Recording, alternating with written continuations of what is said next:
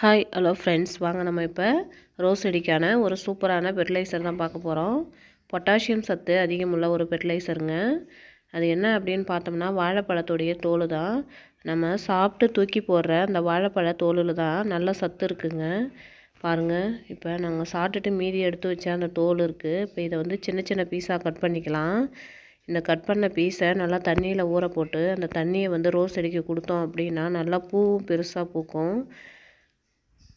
சூப்பராக வளருங்க செடி. இதை பாருங்கள், இந்த மாதிரி சின்ன சின்ன பீஸாக கட் பண்ணி எடுத்துக்கலாம்.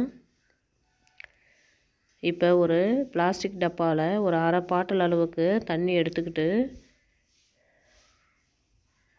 பாருங்கள், இந்த மாதிரி அரை பாட்டில் அளவுக்கு தண்ணி எடுத்துக்கிட்டு நம்ம கட் பண்ண பீஸ் எல்லாத்தையுமே இதில் சேர்த்துக்கலாம். சேர்த்து இதை நல்லா ஒரு மூடி போட்டு மூடி நிழப்பாங்கான இடத்துல வச்சுக்கணுங்க. ஒரு 4 days வச்சுருக்கணும்.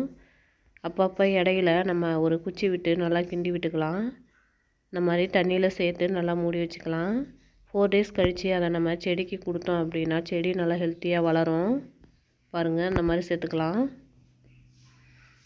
இதை வந்து நல்லா மூடிக்கலாம்.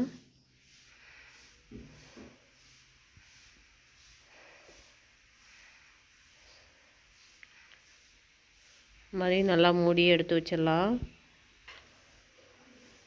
இதில் பொட்டாசியம் சத்து அதிகமாக இருக்கிறதுனால செடி நல்லா ஹெல்த்தியாக வளரும். இந்த வாழைப்பழத்தோலை பயன்படுத்தி ஃபெர்டிலைசர் தயார் செஞ்சு கொடுத்த பிளான்ட்டோடைய பூ வந்து நல்லா பெருசாக பூக்குதுங்க. பாருங்கள் எந்த அளவுக்கு ஒயிட் கலரில் பூத்துருக்குன்னு. ஓகே ஃப்ரெண்ட்ஸ், தேங்க்ஸ் ஃபார் வாட்சிங்.